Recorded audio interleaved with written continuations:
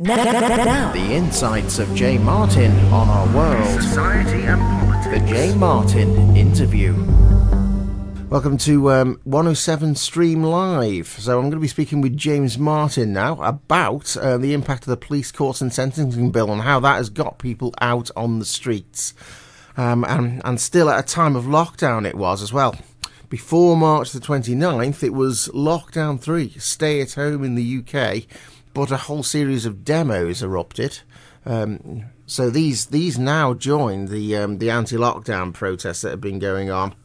A new type of demonstration, the Kill the Bill. But what is the bill? It's the Police Courts and Sentencing Bill. It brings in, if passed, and it's already quite a long way through in Parliament already, it will give the police extra powers to police demos, including being able to impose a start and finish time, but it also potentially gives even custodial jail sentences of up to 10 years for people taking part in a demo. I'm not sure whether that's organisers or just everybody who happens to be there. If a demo is, and I think that it uses these sorts of words in the bill, noisy and disruptive to the local community, which is pretty much the nature of most demos that you would get. And because obviously there's not much point in protesting if it can't be noticed. So I'm going to bring you in now, Jay. So what do you think of the Police Courts and Sentencing Bill and its implications? I think it's yet again, here we are talking about this particular brand of Conservative government wanting to further restrict rights to protest. This began this trend in the COVID period, of course, last year, where in the COVID Act, as that was being debated, it's probably laughable, restricting the right to protest for striking workers. It's of no surprise to me that successive Home Secretaries have wanted to go for a more populist view, to the point that this bill is about making life easier for the Home Secretary. This bill is about essentially, as you've just said, suspending the fundamental and universal right to protest. When we begin in the UK to be noticed by the likes of the Jimmy Carter Foundation for the way that we've conducted some elections, and the UN for the erosion of freedoms, I suppose what I would ask your listeners is this. If this was going on in Belarus or apartheid South Africa or China or any of the other countries that the media quite like to talk about, we would be calling this what it is, which is a brutal and oppressive bill. Meanwhile, certain news outlets, BBC, for example, tend to, and the BBC, of course, are terrified of saying anything about this government. Have said, oh, well, it's about, stopping disruptive protests, but some of the provisions within the bill are an absolute disgrace. The idea is that throughout our history, and I do wish in schools people would be taught about holding truth to power, the advance of our society has come about through protests. And yes, some of them violent, some of them peaceful, but it is a fundamental right nonetheless to protest. If you're not happy about something, get off the streets.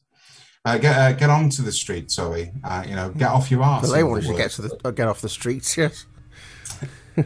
But there we go, and that's what we're dealing with. And what is somewhat disappointing is that yes, midway through COVID, a lot of people won't be on the streets protesting this, but I don't know anyone from any political persuasion who doesn't see this just as a complete land grab on what's left of the fundamental freedoms that British subjects have. Yeah, but why do they so want to do it? I mean, the example of Extinction Rebellion's been given, with how far some of those protests went, like trying to stop a tube train with ordinary people just coming home from work. It kind of it gave them some bad publicity, so you've got some of the extremes of how far some protests are taken. Then you've just got the usual sort of noisy demos in a city centre where actually surrounding businesses probably enjoy it because it gets more people into cafes and things or buying things, So why are they so intent on it when protests have gone on for decades to actually bring in draconian measures? Why would they so want to do it anyway? There's a rich tradition in the Conservative Party and this is a Conservative Party. I have equal scorn for some of the other political parties who aren't opposing this as vociferously as they should. But there's a rich tradition in suppressing the right of protests. Do I need to remind people that it was Churchill who threatened the army to flatten the city of Liverpool, Belfast, Glasgow, because of striking workers and because of all of this? There is a tradition there of suppressing protest. You can look back in history to see this, sometimes with arms, sometimes with bills. Tories, for example, brought forward the Combination Acts to prevent people from getting together to join trades unions. There's a tradition there, but what we've got is a government who they have a supreme majority. I suppose if they were in Hungary and tinkering with constitutional affairs, they just steamroll, as the government in Hungary have, changes to constitutions to de-recognized LGBT rights, minority rights, and show a strong hand, be more authoritarian. That's the nub of it. And they do. Anyone who thinks this bill won't go through is deluded. The government have an 80, or perhaps after Hartlepool 81 member majority. So what's interesting is Theresa May has said it's gone too far. This one, so this wouldn't have happened under May's government that she had between 2017 and 19, and some police, would you call them federations or commissioners? I'm not sure exactly the exact terminology. Have said also it's also gone too far because of the relations between police and public will be further eroded. So that's another thing. It's a Boris Johnson government thing, isn't it? More than anything. Just let me make a remark on Theresa May, who stood up from her from her sedentary position. Spoke against this bill, but then went straight ahead through the lobbies to vote for it. Oh, well, okay. If you vote for it, you're probably not that opposed to it, I suppose, generally speaking. So, I mean, also, the way that this came about, or the opposition to it, so it's followed a year where they pretty much banned protests for over large periods of it. There was the rule of 6 when the stay-at-home lockdowns abated slightly, and we've returned to that now until April the 12th. And this meant that the types of demonstrations that took place mainly out on the streets over those periods before the Kill the Bill ones came in were the anti-lockdown ones and freedom marches. And in some cases, you could be arrested just for being there, asked to provide names and address, and then said if you don't go home there'll be a COVID fine or you're going to be arrested. So what's interesting about this is how the general left-wing position has been maybe anti those marches until there was a course again, like Black Lives Matter that occurred over the summer, where they wanted to get out on the streets, even people who were not attending demonstrations without wearing masks en masse by comparison. I mean, and this all kicked off with the fact that a policeman murdered Sarah Everard in London, and that caused And then when there was a vigil in Clapham Common, it was treated in the same way as these anti-lockdown marches. And, this is a mass gathering. You can be arrested, and women were pinned down. So what do you actually think about how this sort of, juxtaposes with the right to protest in general, and a general left-wing view has been, well, we must stay at home, and now all of a sudden there's a course like the Kill the Bill, where people actually have gone on the streets in a mass gathering because now, if you would like, the left has woken up to the idea that it could be a more permanent police state rather than just during the COVID-19 lockdowns. Well, a few things on that. I don't actually think that this is a left versus right issue, but speaking, well, not just that, at least. No one's appointed me as a spokesperson for the left, but from my perspective, I think one is a public health emergency. No one would have doubted that during previous pandemics, the best advice is to stay at home.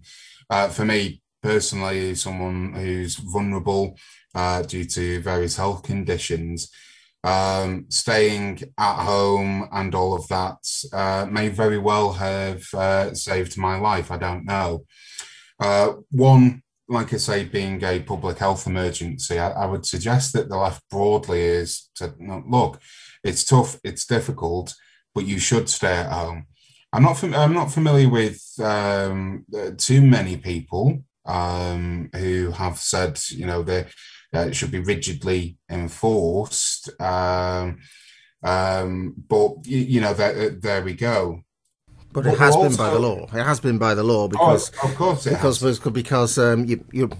risking a COVID fine or maybe being arrested. But apparently, that there are ways to legally challenge that. So because of common law, I don't know the exact technical reasons, but it's when it comes to people protesting, though, about the COVID state, at least. The protests against that were brutally repressed on, see the Met Police arresting people, but then the Kill the Bill demonstrations have seen considerable clashes with the police. And I noticed in Manchester that they more or less stood down, actually, for the Kill the Bill, and even the Freedom March, actually, but it's been very different in London, places like Bradford and Liverpool, for example. So is it a case of, do you support the right to protest or not? I'll just give one more example before you answer it, which is that there was a course that was not related to anti-lockdown, and we should have the freedom, and the state shouldn't be cracking down on just going places and being outside and travelling in country. In Manchester, I think it was earlier in March, there was an attempt of a group of nurses to have a protest against the 1% pay rise.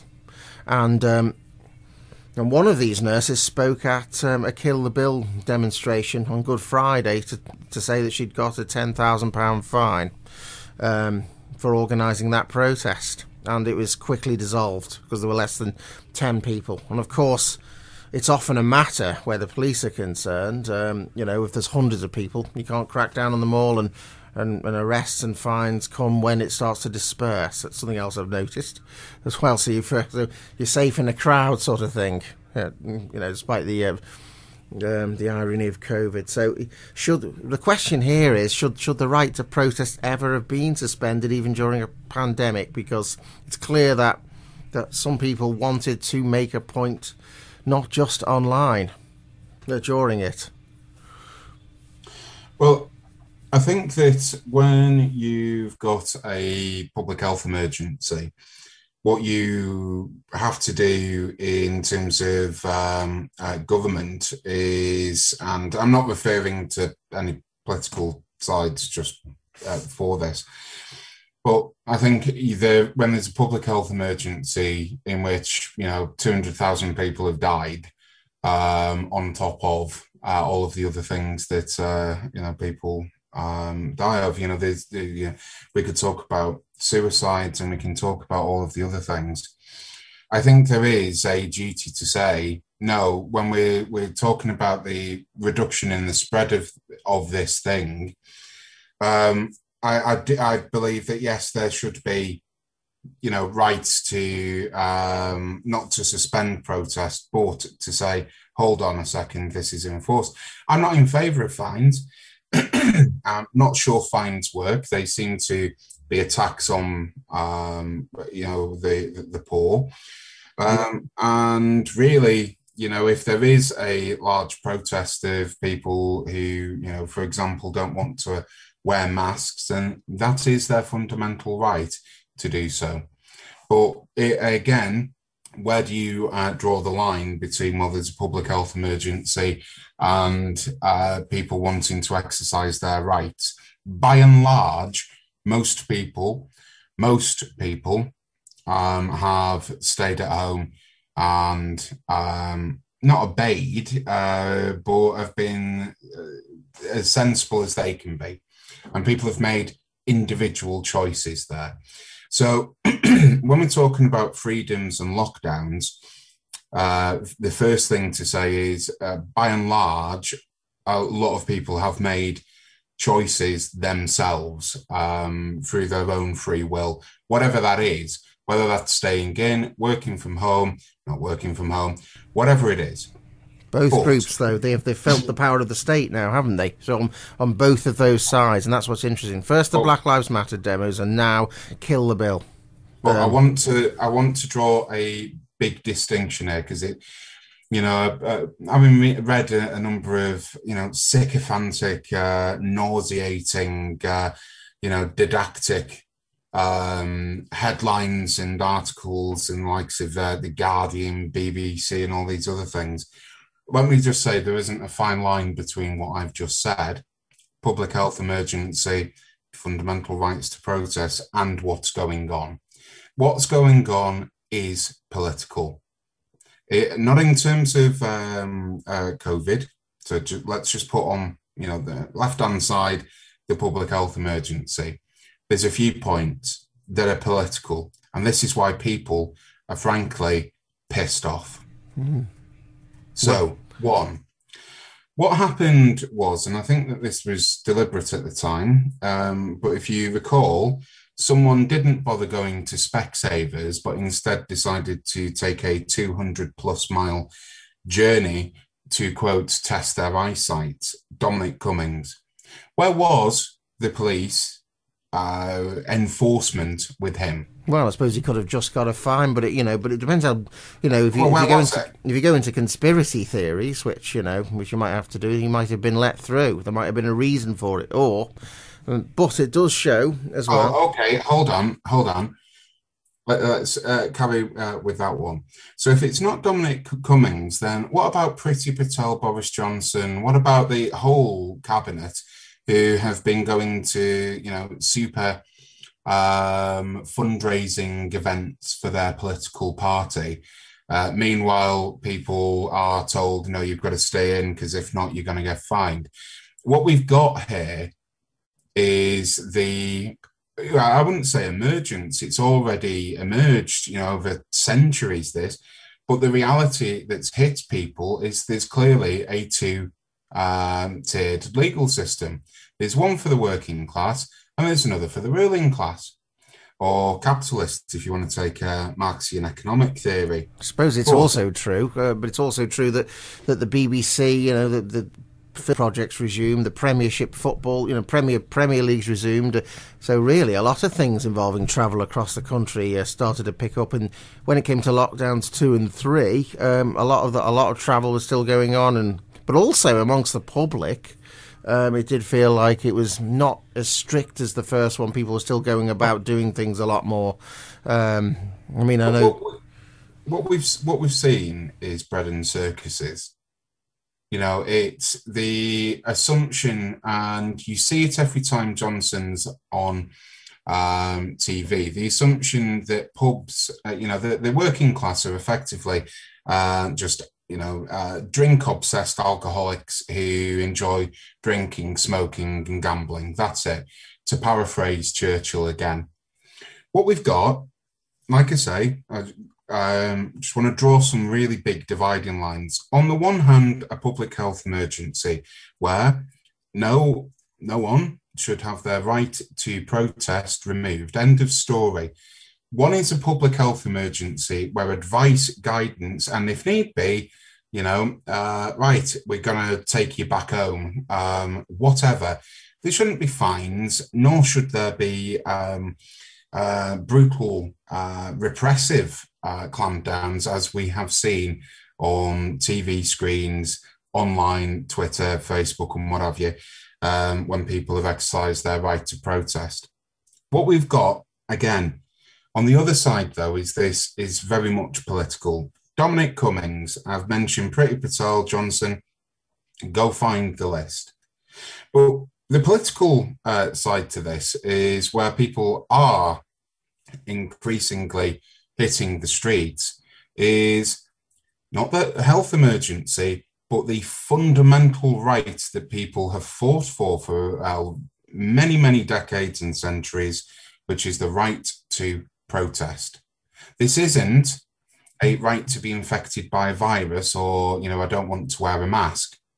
This is a fundamental right, and that there is a distinction, and a big one, between, advice, guidance, and, the, furlough and all of that, to what we're talking about. This is dystopic. It's like reading something from, a dystopian novel where there is an open attack on fundamental rights. And the way that it's been done is very sneakily, actually. I have to say, fair play. What they've done is they've confused COVID, public health emergency, and the clampdown of people's fundamental rights. They've said, well, these protests, these protests have killed the bill, whatever it is. They're posing a public health emergency. Then then that story goes about, and you find people sat at home, wherever, in their neighbour's new pub in the shed, whatever, and you find that they will say, well, we haven't been, so therefore, well, that's the first thing. The second thing is where there's no parity in the law.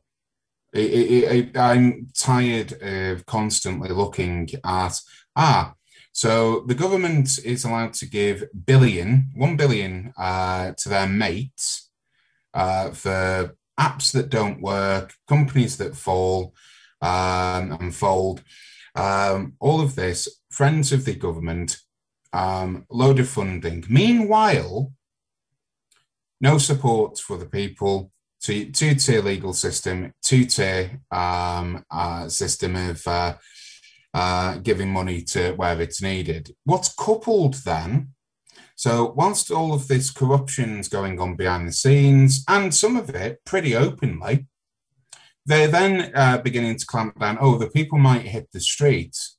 So what we'll do is, while we're still in this sort of quasi-lockdown, is we'll jump straight ahead and introduce a bill that will fundamentally end any advancement of any rights and regress us further. And they'll get away with it. They've got a majority in Parliament, a huge majority in Parliament, and they will introduce this bill, and it will restrict once and for all, again, the right for people to protest. Right, so how far through is it? I mean, how far through is it now? Because it was delayed a bit, wasn't it, into the autumn? So we've got these demonstrations aren't going to go away as well, even if the full rules of the bill are in place, even when it's passed. Surely, how much is it actually going to come to sending people to jail just because they were, on a bit of a student rampage in Manchester, slightly or something, So how close are we to it then? The police are saying that they don't want it, but ultimately, when it comes to it, if there is a huge demonstration, let's say, at some point in the future, all the Home Secretary needs to do is to instruct the police to be as brutal as they like, to arrest and imprison the ringleaders. That's all it takes. The people who go on demonstrations believe in the right to demonstrate, but often the people who attend, well, the majority of people who attend the protest are going because it's been organised by someone. You get rid of the organisers and you get rid of, leaders in this way, And what happens is everyone becomes fearful, frightened to as much as leave the house. £10,000 fine, under the COVID regulations. It all should be receding, but obviously there's ways, and Extinction Rebellion did it, of saying we don't have a leader, even when Piers Morgan had the leader, in inverted commas, on TV and was pressing them, oh, do you have a TV? She said, well, I'm not the leader, we're non-hierarchical. So it could go like file sharing and torrent networks on computers where you can't pin a single host down. It's shared amongst the community and you can't find an organiser. Do you think it might not go like that? As much as I would love to speak about anarchic or syndicalist organisations, when we talk about leaders, to quote Napoleon Bonaparte, a leader is a dealer of hope. All the government will do is target the most effective speaker, the one that people quote the most, whatever it is.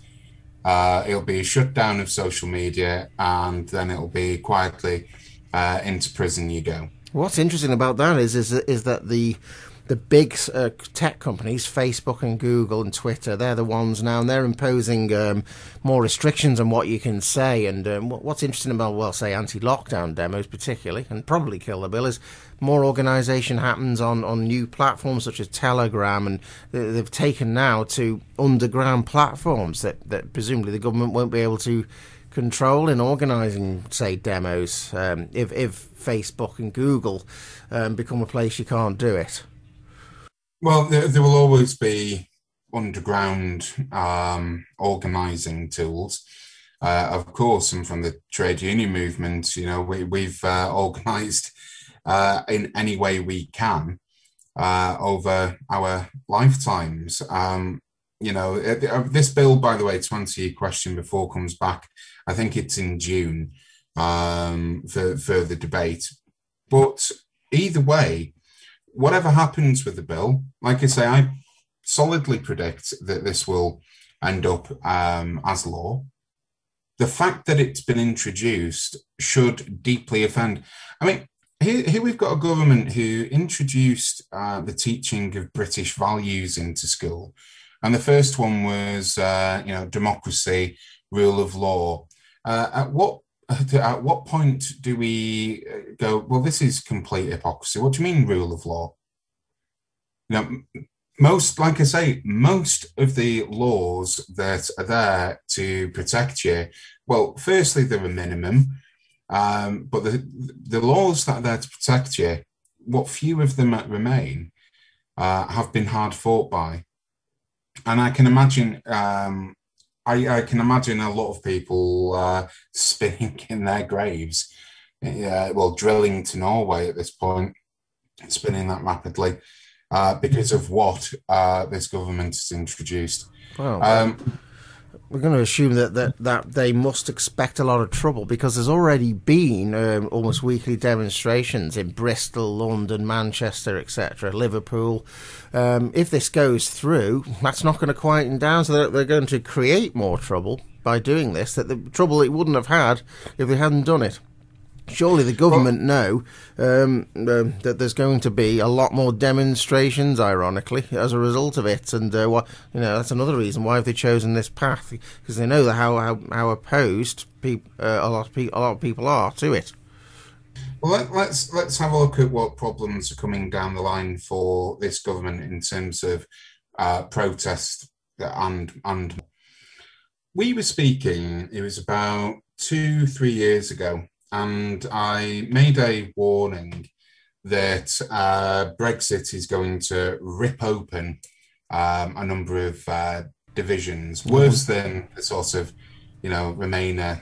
I wonder if that would come into it. I was going to mention it myself. I mean, this gives them the right to do this. Presumably, there would have been an EU, sort of regulation or some that might have limited this bill had we not Brexited. So that's what you're going to say, isn't it? Not quite. Not quite. It was going to be an argument. No, what I was going to say is let's have a look at the problems. So, firstly, the economic problems that the UK are facing, which are being covered by COVID.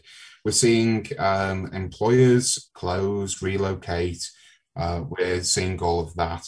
So you've not just got a system where people are finding pretty quickly that as soon as they hit unemployment, when furlough runs out, people are going to find this out very quickly, that the system that they've perhaps once slagged off or whatever it is,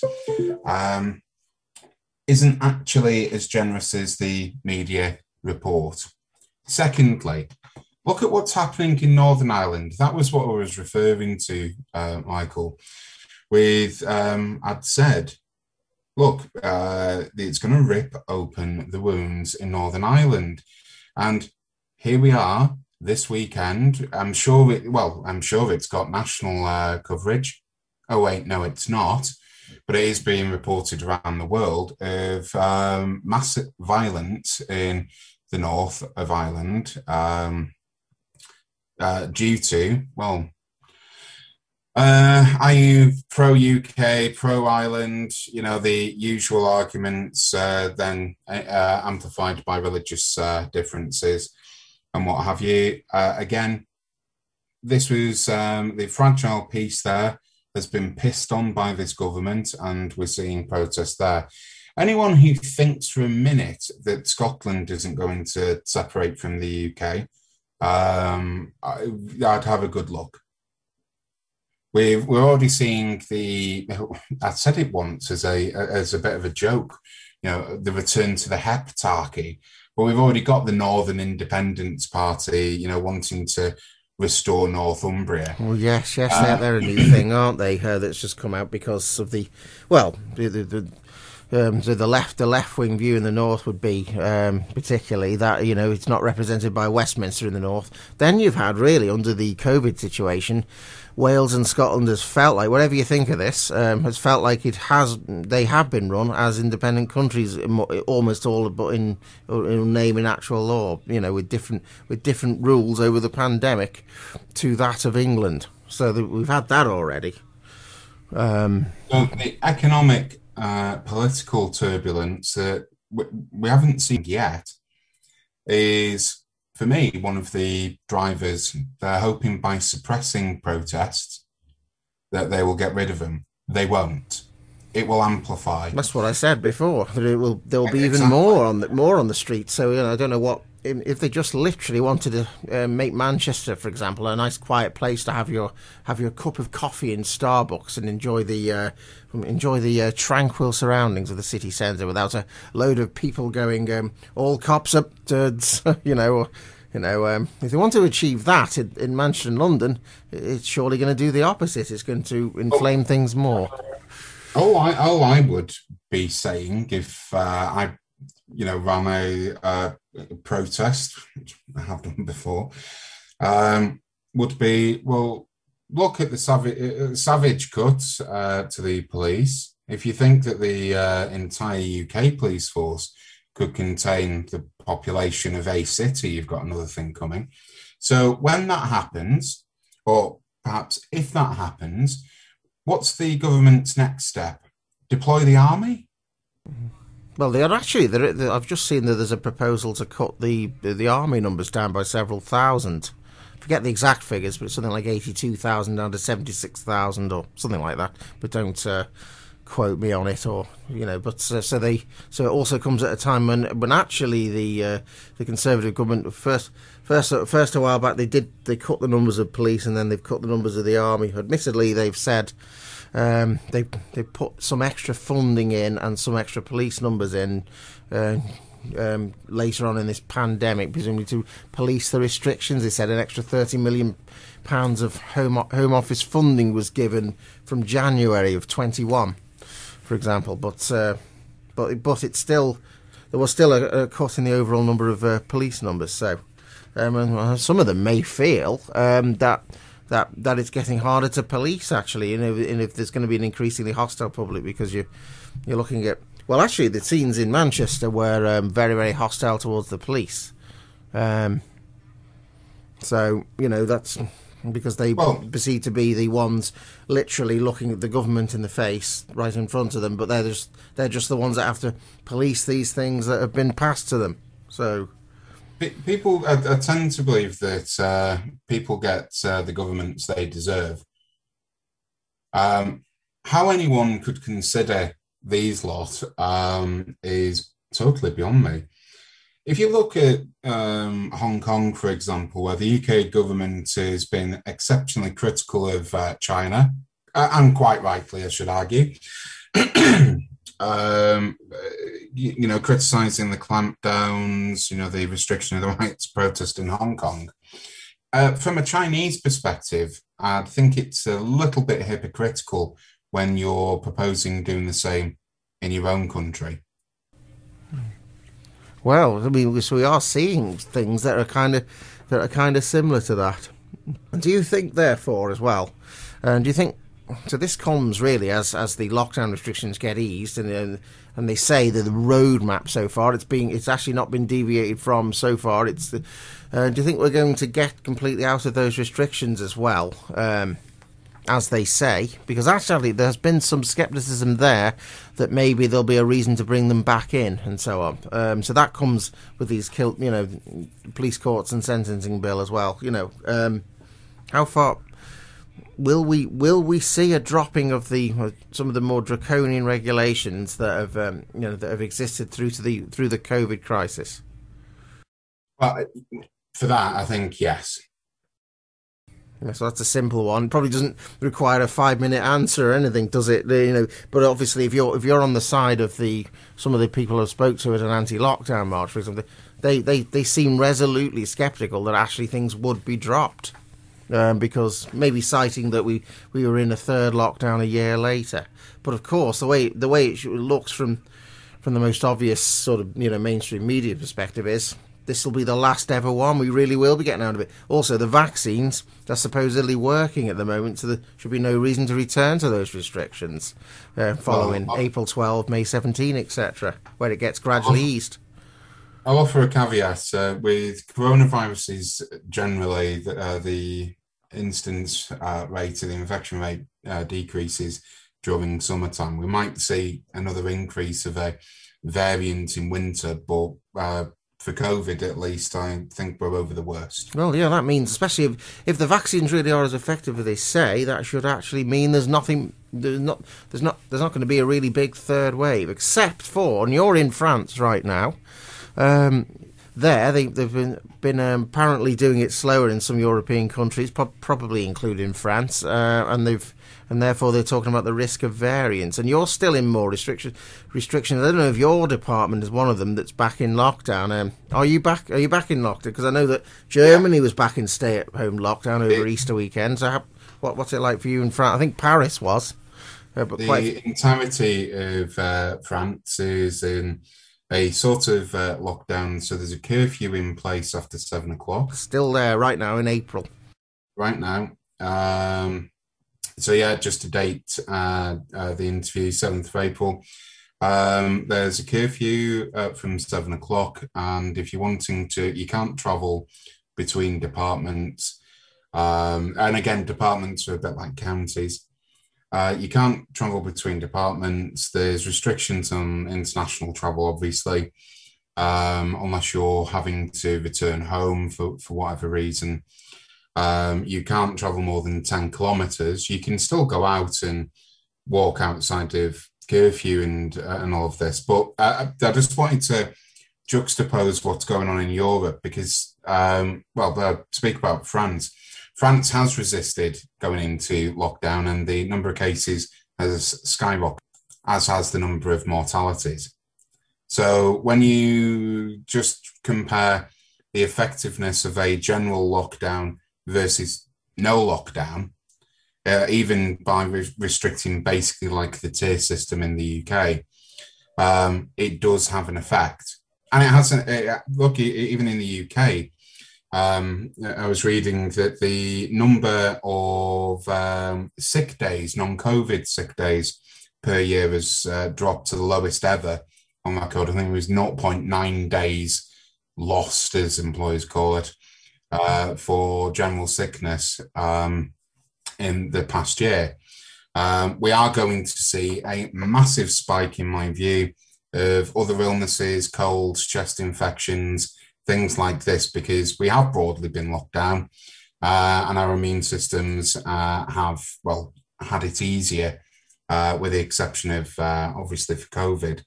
So I do think we'll see a spike in other things. But if you compare Europe, which has been hesitant to lock down again, it's now having to because of that increasing. Right. I mean, what's interesting there is that, well, maybe there would be riots in the UK, like you've seen in Bristol already with Kill the Bill, if they try to impose a curfew. The French have been largely famous for not, for going out on the streets. In Holland, trying to impose a curfew did lead to riots, even a bridge being blown up.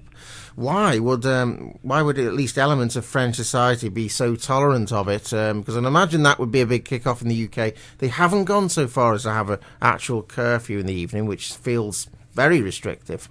How do they get away with doing that in France, do you think? Well, it's not true. They have. You've seen, for example, most of the mayors in the area that I'm in, and I've been trying to get back to the UK for various reasons, but there has been mayors have defied curfews, they've defied the closing of businesses, they've given instructions saying now you can remain open. There's been protests in Paris, some pretty violent. There's been protests and violence, if you want. Not that protests and violence are always interchangeable, but there has been protests across France. I don't know where. I'm assuming that's not been reported in the UK.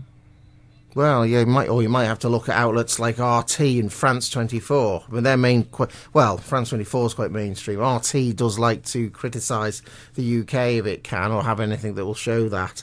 So, but might not be on BBC News. But the Holland riots were certainly reported to some extent, and in Germany, there's been reports of some demonstrations there against stay at home, because I know that there's probably been nowhere where there's been no opposition whatsoever, rather than a completely compliant population.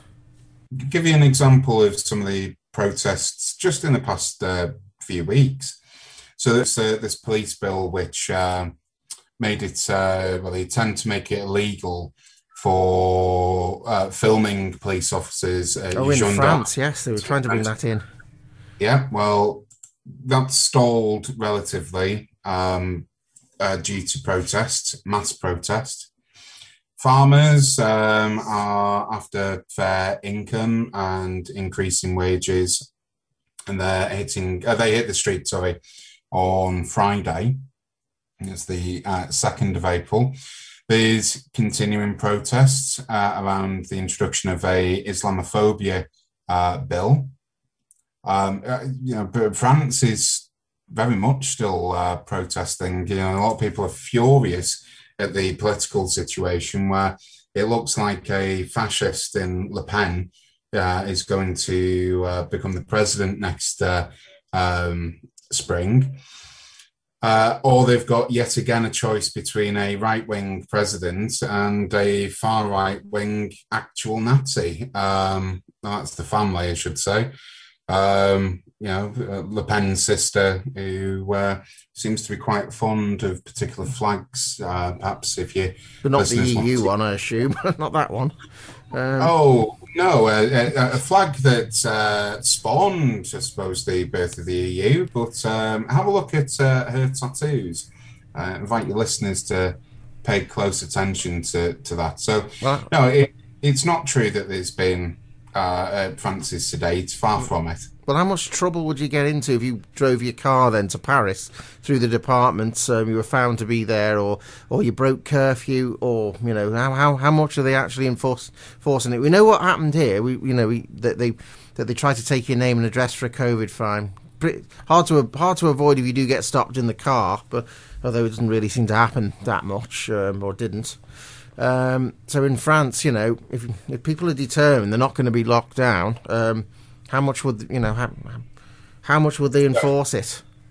There's 3 stages or 3 steps that are taken in France. So if you're found breaking curfew without a good reason, that's a fine of €135. If you're caught again, that's €3,750. And again, you're looking at a prison sentence of up to 6 months. So really, it's stricter than even Wales, which brought in something like that, and the UK brought in something a bit like that as well. If you found again, it would go up, sort of thing. And then the £10,000 fine for the organiser of a gathering was quite strong. So I'd be interested to know, if the nurse doesn't have that, just what do they do? Do they try to tap wages, benefits? How do they, or is it maybe? Piers Corbyn said that he managed to get his thrown out legally. He got that fine twice. So there are ways that people have simply got out the COVID fines. What do they do? What do they do to get the money off people who haven't got it?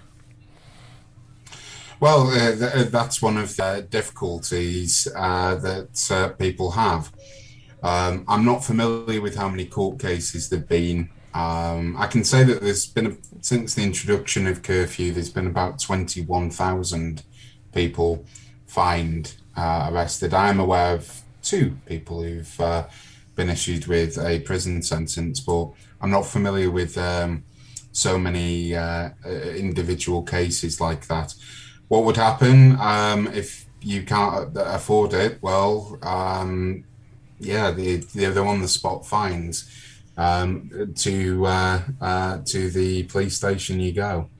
Right, so the resort to arresting, because I don't think they generally arrest, or have done in the UK, unless maybe refusing to give name and address, but even that has been legally challenged, that you don't have to even speak to a policeman when not in the car. When the car, they've got your licence details and you have to, account for who you are, so when driving, but when walking, you can even normally not even engage with a police officer if they say, even if they just say a cheery hello to you, you could ignore them, but obviously it's usually about something, it might seem.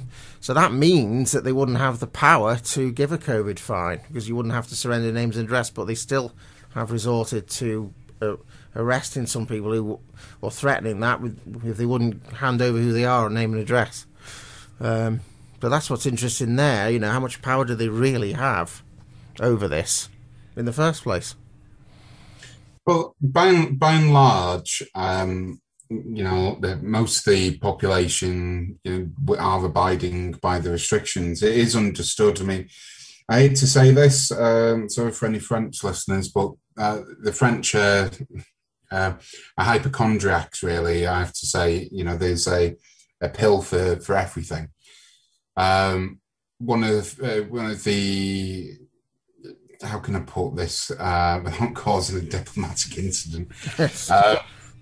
I'd be criticising. Or a demo in Paris might follow the broadcast of this show. Yes. No, it's true. The French are health conscious. There we are. But by and large, people are following restrictions. Those who aren't, how can I put it? The police are enforcing. The police, just speak for this area, the police tend to be enforcing the people who are repeatedly told. Which again, in the UK, they're going to know about, people who are always seen at certain demos, aren't they? They collect intel. You see that. There's one with her wearing like an overall or uniform saying evidence gatherer, for example, as well as the liaison officers, the tactical. So they will know that the people who are often at demos. And I guess when this police courts and sentencing bill becomes law, that could become quite a problem for people who are always seen at a demo. The key thing with all of this and the resorting to using the police, and drones and all of this, it shouldn't have been needed or required. What needed to have happened with COVID from the get-go was a very clear explanation as to transmission, what it is, how it might affect, and the risks associated, and then leave people to make up their own minds. Now, one of the UK's legal system is voluntarist. It's very rare that you find pieces of legislation that are interventionist, in other words, that instruct people to do things. But where you've got things like, general lockdowns, one of the other reasons that governments have to legislate is if they're offering, for example, financial packages for businesses or, their employees, whatever, is it has to come with an instruction. If you're wanting to claim, for example, when COVID, last March, a year ago, one of the complaints from pubs and restaurants was government had advised people to go home and advised closure. They then pretty quickly made that an instruction. What that meant is, because it was an instruction, insurance firms had to pay out. I do understand the need in some instances to legislate, but where we are at the moment is democracy is dying. There aren't many people willing to fight for democracy. It seems to be as soon as Skeletor on the Bake Off comes on, I forget the name, but when the Bake Off's on, we'll just stay in, and those people who are going out to protest, whether I believe it's right or not, doesn't matter. It's the right to do so. And if they want to go out and protest and against wearing a mask or whatever it is, that's their right. There shouldn't be a conflict between exercising those rights and then the fear of being arrested for exercising them. Yeah, that's what we've seen anyway, isn't it? Because some people have been arrested, as you say, in London, Manchester, etc., in Liverpool. The main demonstrations during the stay-at-home periods were anti-lockdown until just recently we had the Kill the Bill, and it followed what happened at Clapham Common. So, Black Lives Matter seemed to take place mainly after it was, it was in the rule of six. So you could loosely say, I'm not really with anyone at this demo. I'm keeping a bit of distance, And that's actually where we're back now. And protests were allowed again, but we did get to the stage where they were saying you shouldn't be at a protest. There shouldn't be a protest. So we've actually been there, which shows that these powers can be taken out, and have been. And most people, I assume, have some sort of balance whereby when we're talking about our own health, it should really be a collective issue. We don't want people, any death above one is too many. We don't want, we can talk about what COVID was and where it originated, separately.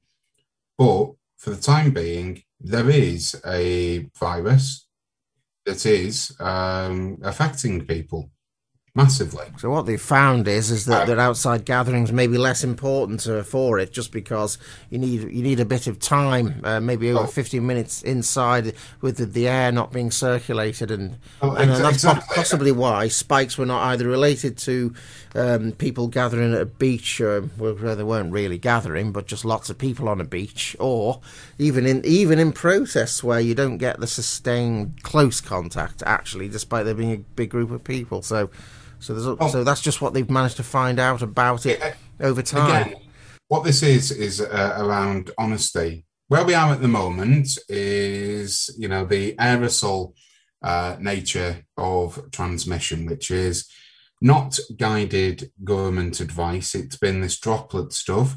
It's a mixture of the two. So what we've not seen is, where the LEV, the exhaust ventilation, the filter systems in offices, we haven't seen guidance or anything like that. Where's the HSE been on a lot of these issues, for that matter? Going outdoors poses problems if you end up stuck. But, if you're wandering in the middle of a park somewhere, no one around you, what exactly is the problem? See, that's what's interesting about the draconian regulations, say, imposed in Wales also, where we had all these stories of them turning people away from going up Snowdon, for example. And although there was a bit of that in England with the Peak District, it got more quickly shut down when two police officers fined two women who just had a cup of coffee and a flask with them or something, and saying, this is a picnic, and they were, they turned out to be about 5 miles from where they lived, and you haven't been reading many stories about people being turned away from the Peak District, but in Wales they went really far in preventing people from outside coming to, say, Snowdonia. But not only that, when it was in the more draconian stay-at-home phase, which is now, it has now left, telling people they weren't allowed to drive for exercise. So you could live in Denbigh and not go to Llynbrennig, for example. You wouldn't be allowed to go to Llynbrennig or Mulvama from there, for example. Again, two things on this. So one is, no, you don't want people, wandering around, mixing and transmitting or anything like that. And the second point is, no, if you're planning on going up a hike up a mountain, then you're also putting other people potentially at risk if there is an injury and accident. You're then using strained resources, then, helicopters, whatever it is, mountain rescue, whatever it is. But you're then straining resources. I can well understand why going up Snowdon or coming up to Cumbria or whatever it is perhaps not a great thing. What I'm referring to, though, is, the example you've just given. If you're in the middle of the Dale somewhere or wherever and you're going out for a walk and you're on your own, exactly what's the problem? Right, so that's interesting. Well, it's an absolute curb on personal liberty that they've resorted to. So, by saying, your car might break down as well if travelling into Wales. So there's all sorts that could go wrong, and that's used as the justification. Even though the actual on-the-ground transmission might be low, you could pass a couple of walkers up a mountain, and likely not have the time to pass it on to them, because it actually takes a bit more than that. I think the science has found you don't get the instant infection. So it has to all be about that, doesn't it? It has to be about, well, something might happen, mountain rescue, that sort of thing. But you could even make the argument that, because we've been in austerity, that's why all these services have been cut, including the NHS. They should be running at better capacity even during a pandemic. But the reason they're not is because of the decade of cuts that we've had. That's now been passed to the public in more draconian restrictions during this. I do make that argument myself, and what I was going to lead on before is, I'd like to think everyone has a balance, which is, okay, in terms of going out and protest, the NHS is, again, if anyone believes it's not being privatised, go outside, metaphorically, go and have a good look, because the Americans, American insurance, American medical are slicing up the NHS. Now, I wouldn't have a problem personally, and in fact I would join if there was a Save the NHS protest. Well, of course, there was in Manchester, interestingly, but it was during the Rule of Six time, and they were talking about the effect of Brexit still on the NHS, not just the lockdown. So we're coming towards the end of the hour now. We've covered what we think is going to be the implications of the police courts and sentencing bill, and how it's all changed, with the slight easing of lockdown. I suppose the last question we could make, just in the last couple of minutes we've got here, is, do you think there will be lots of people going to jail when this police courts and sentencing bill inevitably passes, which you think it will definitely do because of the Conservative majority of over 80? Do you think you'll see that, actually? No. Up to 10 years? There's not prison capacity, nor police capacity. And again, the courts are in absolute disarray, cuts absolutely left, right and centre. What I do think is, again, it comes back to it. We've got the Trade Union Act that came in 2016.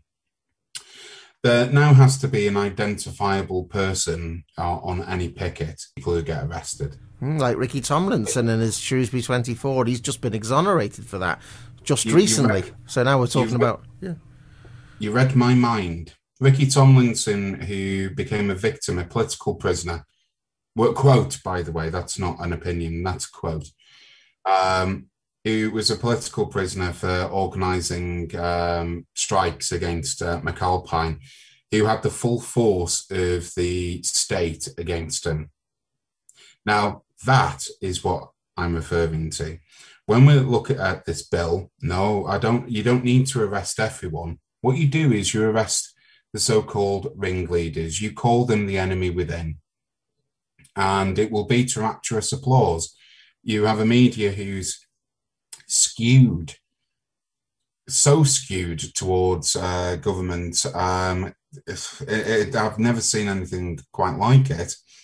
Across the newspapers, across the news channels, it's all the same approach, just slightly different. Well, it's also about really challenging them why they didn't put in certain laws quicker, including anti-lockdown, for example, or lockdown laws.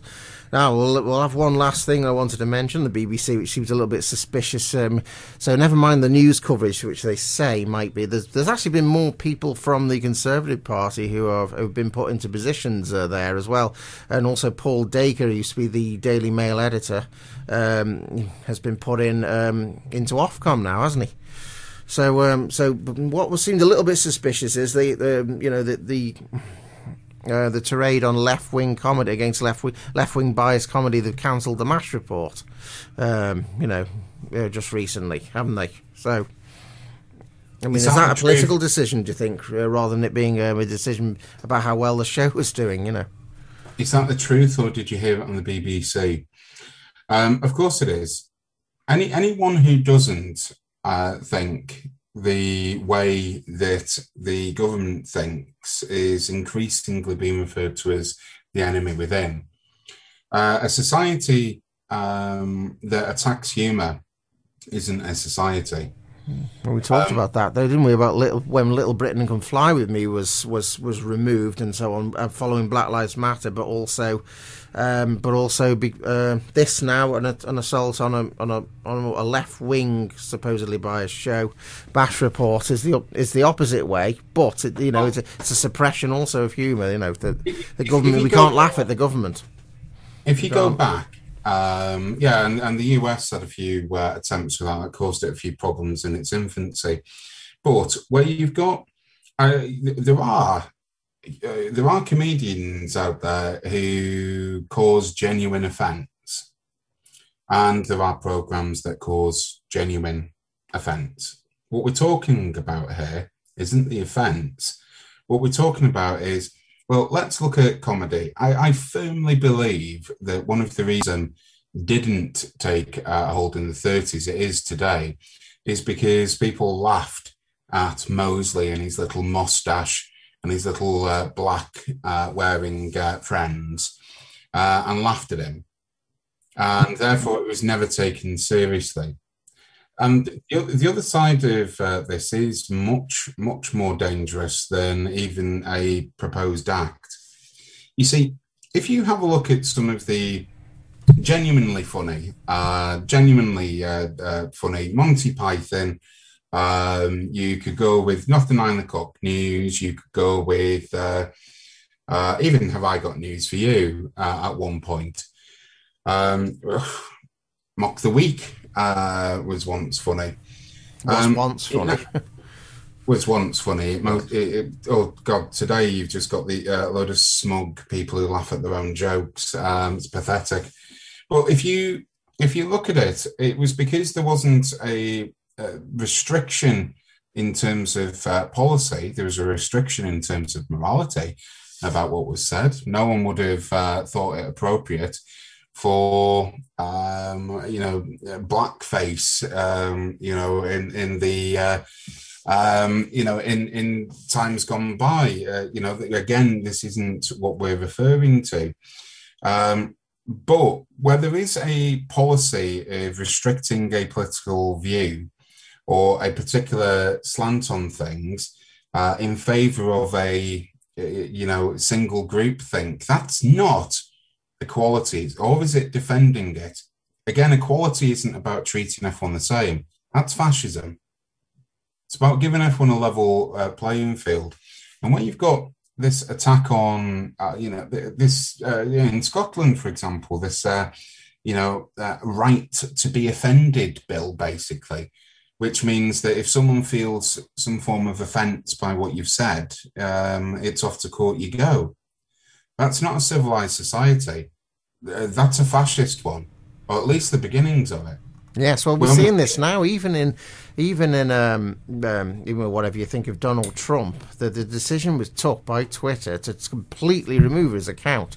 So even as someone whom I presume you're not exactly the biggest Donald Trump fan around, I'm sure you're not. But would that make you feel uncomfortable? The complete removal of an account of even someone as high profile as the former president of the United States.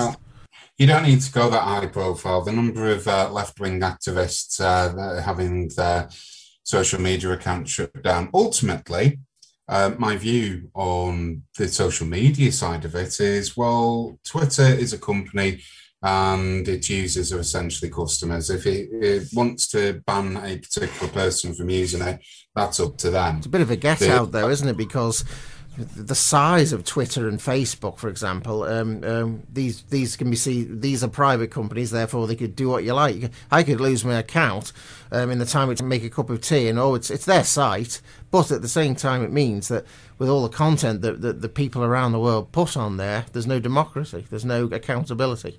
So what you're saying is, it's a private company that doesn't have to be. So is that enough of is that really enough of an excuse for that? It's a soundbite that's from a much deeper rooted position, which is social media.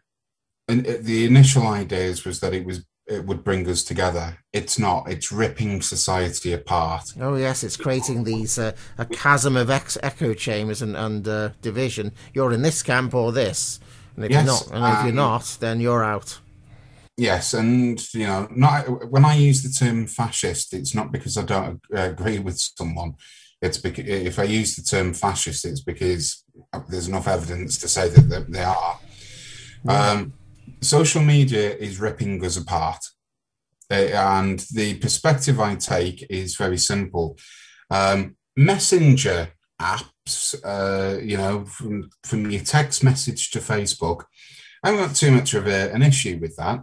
I don't really have much to say in it, but on Facebook, number of people who just read a headline and make a judgment on the headline. Well, that's what Twitter is at the end of the day. Well, 140 characters. Well, it hasn't exactly expanded beyond that, so you don't get the deeper context of a deeper explanation of something if you're limited to a short soundbite like you are there.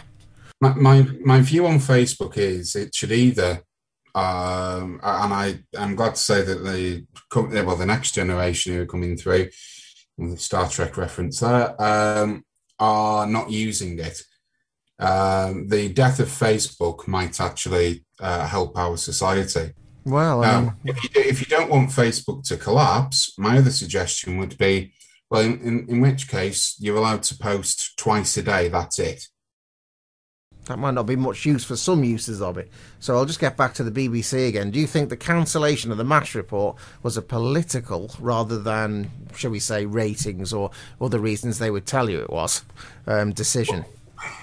Other than the fact that I thought it was crap, very weak, like a horribly weak cup of tea, of course it was political.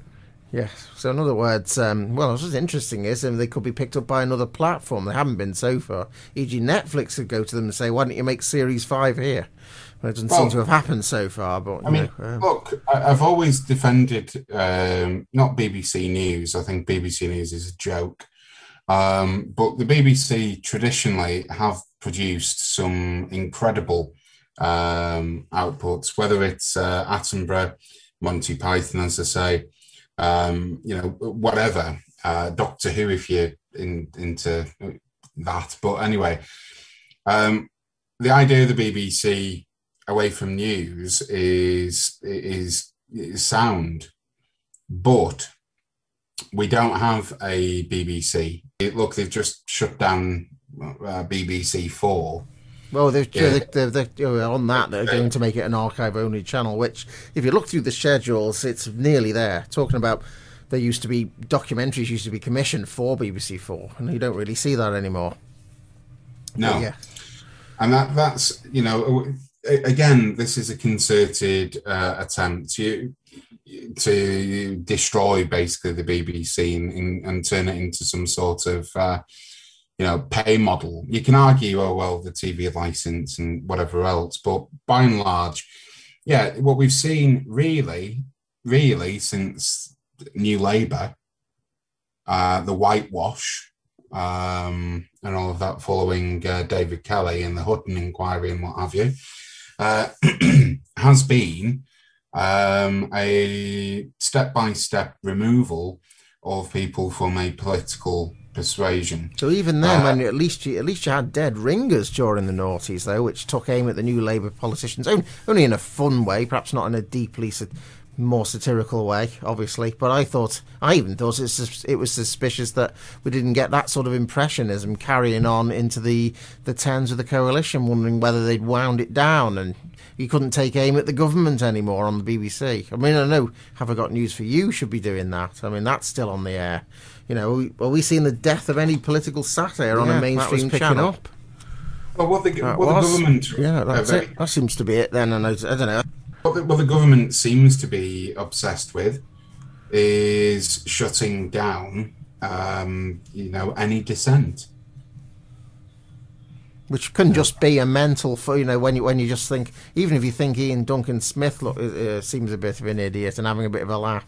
I mean, it's interesting. Maybe it was the case with New Labour politicians that it boosted their ego having people taking fun of them, but Conservatives view it in a different way. But you would have thought there was loads of material going through the tens to have a laugh at, Cameron, Duncan Smith, George Osborne, Boris Johnson now.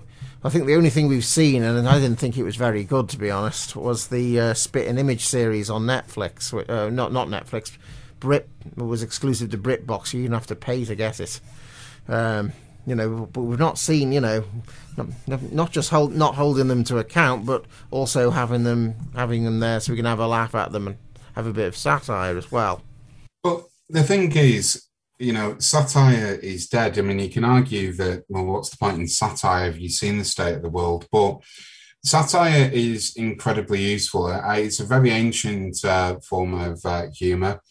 I think it was Aristotle who, bottle mill wheel and all of that stuff. But no, the notion is by laughing at something, we also have to educate ourselves as to, what perspective is it, is someone coming from, why are they saying it, all of this. And yeah, taking the mick out of politicians. What really is this notion of we can't take aim and we can't take the piss out of our leaders. We've got to take them seriously.